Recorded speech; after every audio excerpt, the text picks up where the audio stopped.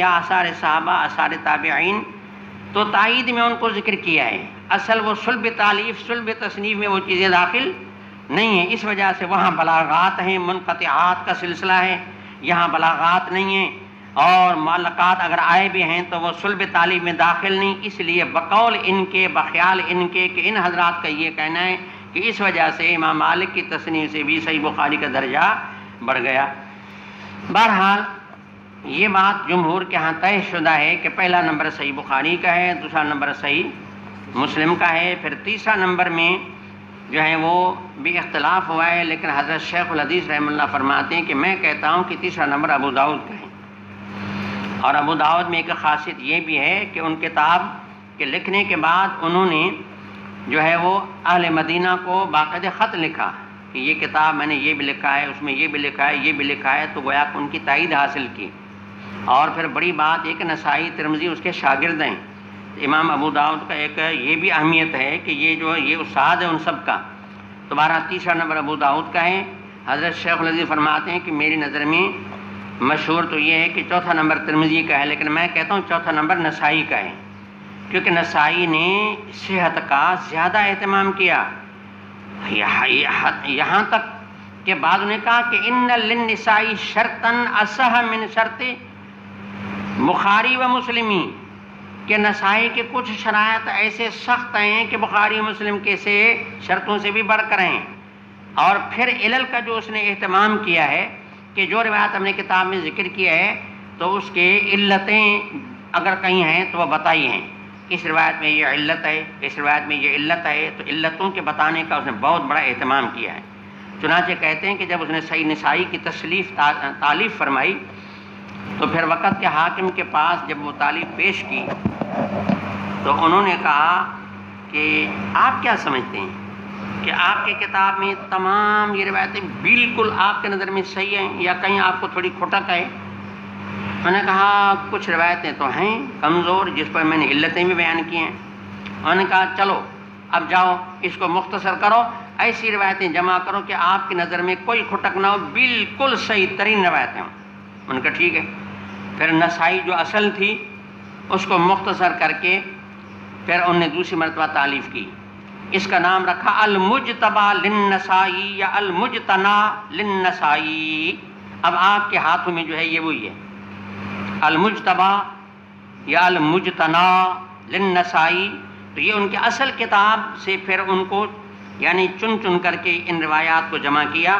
تو اس لحاظ سے اب بہرحال یہ کہا جا سکتا ہے کہ النسائی کلہ صحیح، کہ اب نے یہ کہ نسائی پوری جو ہے وہ صحیح ہے۔ اور یہ جو کہا جاتا ہے کہ علتوں کا اہتمام ہے وہ اس میں کہاں ہے؟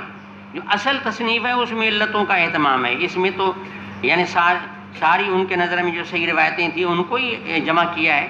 النسائی کلہ صحیح، اس لیے حضرت شیخ الحدیث فرماتے ہیں کہ میری نظر میں جو ہے وہ چوتھا نمبر نسائی کا ہونا چاہیے۔ پھر پانچواں نمبر جو ہے وہ دیا گیا ترمذی شریف کو، اس لیے کہ کہتے ہیں کہ اس میں مسلوب جیسے راوی کی باتیں آ گئی ہیں، قلبی جیسے راوی کی باتیں آ گئی ہیں، مسلوب اور قلبی ایسے لوگوں کی روایتیں میں آ گئی ہیں، اور بلکہ اتنا بھی کہ اس میں موضوعات بھی کچھ آ گئی ہیں، اگرچہ لوگوں نے اس کا انکار کیا ہے کہ نہیں اتنے موضوع اس میں نہیں ہیں۔ بہرحال کچھ حضرات کا یہ کہنا ہے کہ ترمذی میں موضوع روایتیں بھی آ گئی ہیں، اس وجہ سے ان کا نمبر پانچواں۔ اور چھٹا نمبر جو ہے پھر وہ ابن ماجہ کا، کیونکہ اس میں ضعاف کی بھرمار ہے، اور یہاں تک کہ یہ بھی کہا گیا کہ 20 سے زیادہ اس میں روایتیں موضوع بھی ہیں، اس لیے ابن ماجہ کو چھٹا نمبر دیا گیا۔ لیکن یہ ترتیب ہے شرائط کے لحاظ سے، باقی پڑھنے کے لحاظ سے کیسے پڑھا جائے تو حضرت شیخ الحدیث مولانا زکریا رحمہ اللہ فرماتے ہیں کہ میں یہ کہتا ہوں کہ سب سے پہلے ترمذی شریف پڑھی جائے، کیونکہ وہ مذاہب بھی بیان کرتا ہے اور مذاہب کے دلائل بھی دیتا ہے، اور جو ہے وہ یوں سمجھیں کہ کسی اختلافی مسئلے میں فریقین کے دلائل کا استقصاء کرتے ہیں، اور کسی کے دلیل پہ جرح کرنی ہوتی ہے تو وہ بھی کر لیتے ہیں۔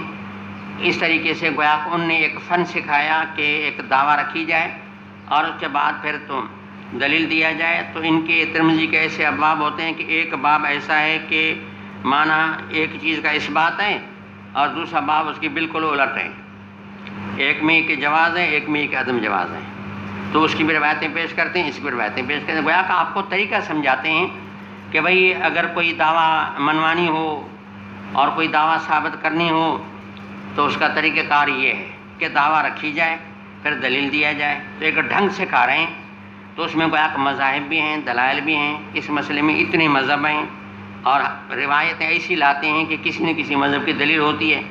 تو گویا کہ مذاہب دلائل کو اس سے پتہ چلتا ہے. تو پہلے ترمذی پڑھانی چاہیے، اس کے بعد حضرت شیخ الحدیث فرماتے ہیں کہ ترمذی کے بعد پھر ابو داؤد پڑھانی چاہیے. ترمذی کے بعد ابو داؤد، کیونکہ اس کے غرض تالیف ہے مستدلات فقہا کو جمع کرنا. یہ ان کے غرض تالیف ہے، مستدلات فقہا کو جمع کرنا، یعنی کسی مسئلے میں کسی فقیہ کو اگر دلیل چاہیے تو میرے کتاب میں مل جائے.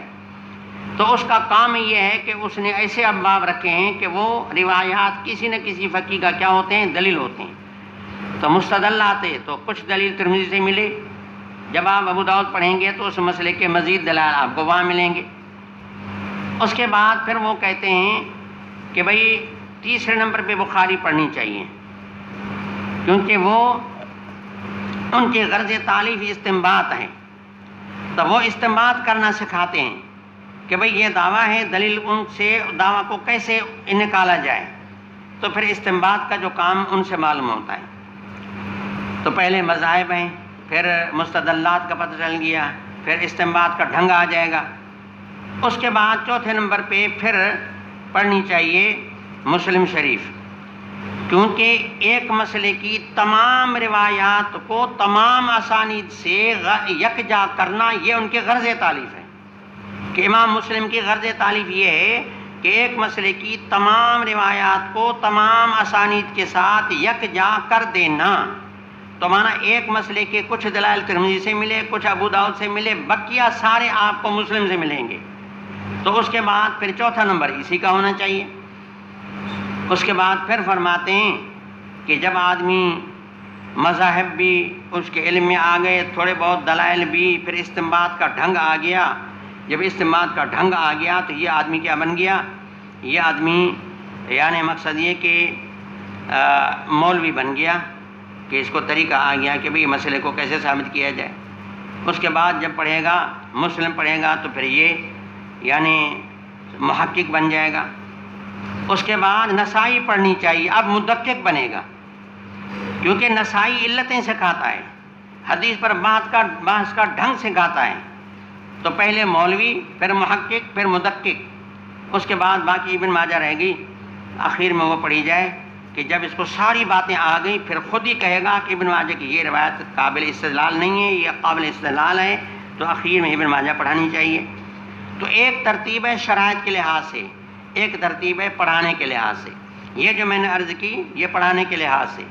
چنانچہ حضرت گنگوئی رحمہ اللہ اکیلے یہ جو ہے نا اکیلے پڑھاتے تھے، یعنی یہ حدیث کی 6 کتابیں اکیلے پڑھاتے تھے. اور ہمارے حضرت شیخ بیروی رحمہ اللہ بھی اکیلے پڑھاتے تھے، حدیث کی ساری کتابیں خود پڑھاتے تھے. تو پھر ان کا حضرت گنگوئی کا بھی یہ طریقہ ہوتا تھا کہ بس مانا ترمذی پڑھائی، اس کے بعد ساری کتابیں پڑھائیں، 1 یا 2 سال میں یہ ساری کتابیں ختم ہو جاتی تھیں. اب طریقہ ہے ہو گیا دورہ دار یہ دور دورن، اب گھمانا پھرانا بھگانا. بس تھوڑی سی بات کر لی، پھر آگے بھی حدثنا اب مولوی صاحب جا رہا ہے، اب پگڑی باندھو. تو بہرحال یہ چیزیں اب ہو رہی ہیں. پھر بھی شکر ہے جو اللہ تعالیٰ توفیق دے رہا، تھوڑا بہت جو کر رہے ہیں یہ بھی اللہ تعالیٰ کی ایک مہربانی ہے، اللہ قبول منظور فرمائے. تو میں اصل میں عرض کر رہا تھا یہ ساری گفتگو کتاب کے نام پہ ہو رہی میرے بھائی. تو صحیح پر ہم نے سارا کلام اتنا سارا کیا. اب آخری بات الجامع ہے کہ صحیح بخاری کو جامع کیوں کہا گیا؟ تو جامع اس لیے کہا گیا کہ امام بخاری سے پہلے جو علماء تھے ان نے تصنیفیں انہوں نے پہلے کی تھیں. جیسے ابن جریج نے تفسیر میں لکھا، عبداللہ بن مبارک نے زہد اور رقاق میں لکھا، اور محمد بن اسحاق نے مغازی میں لکھا. اس طرح کسی نے جو ہے وہ عقائد پہ لکھا، کسی نے اعمال پہ لکھا. اور جیسے میں نے آپ کو پہلے دن بتایا تھا کہ امام بخاری فرماتے میں 16 سال کا تھا تو وکی حنفی اور عبداللہ بن مبارک کی کتابیں اصحاب الرائے کی رائے مجھے معلوم ہو چکی تھی، ان سب کتابوں کو میں پڑھ چکا تھا.